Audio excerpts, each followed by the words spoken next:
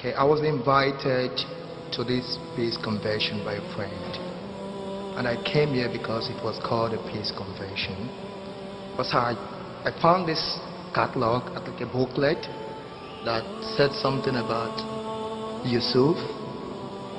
It was written that raised as a strong Christian, educated in Texas, USA, he became very successful, owning music stores, television shows, and was a music minister and preacher of the Bible.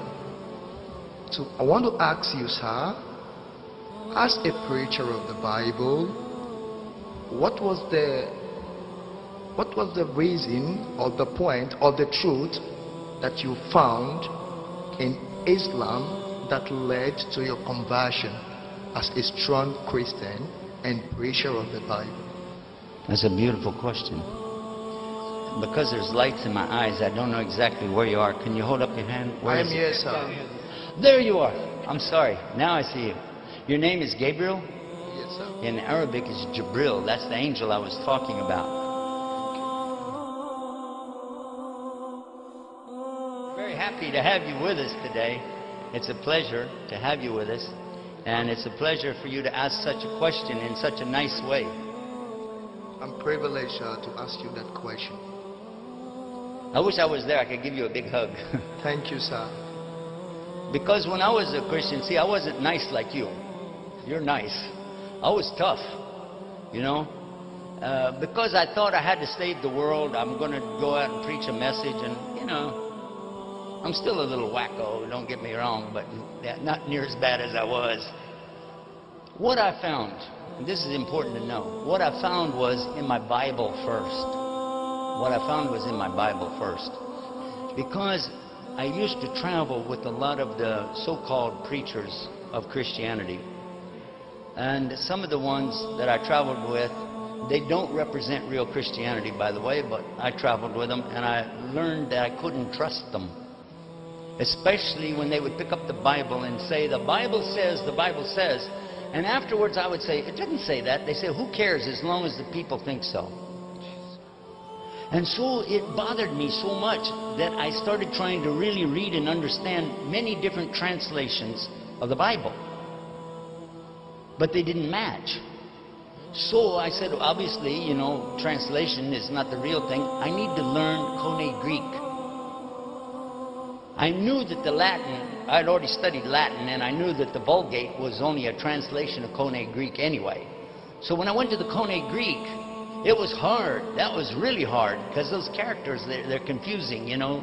I don't know if you know Greek, but it's weird. Greek to me, anyway. Then I come to know that, oh, by the way, actually Jesus' language was a form of Hebrew called Aramaic. A form of Semitic language called Aramaic. And I had no clue what that was. So I tried to learn the Hebrew. Now, all along the way, I'm taking, okay, interlinear Bible. I don't know if you know what that is. That's when you have the word in English, and under it'll have the word in Koine Greek, and you can look it up. Now, people like Ahmed Deedat, Rahimahullah, and Dr. Zakir Naik, they have these giant computer brains, okay? I don't have that. Giant computer brains. They can process all this stuff in their head. And I traveled with Zakir many times, and I have to tell you, he can really do that any time, but this is not my subject.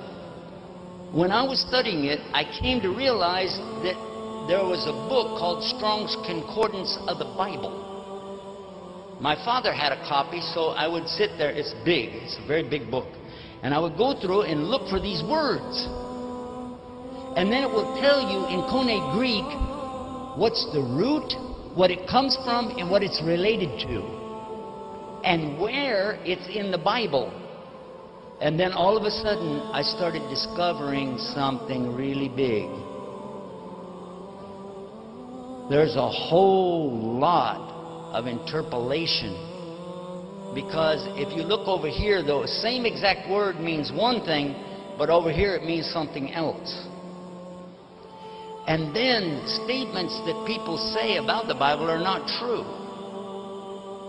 If I quote to you from what we have in the Quran, I can quote it to you in the Arabic language.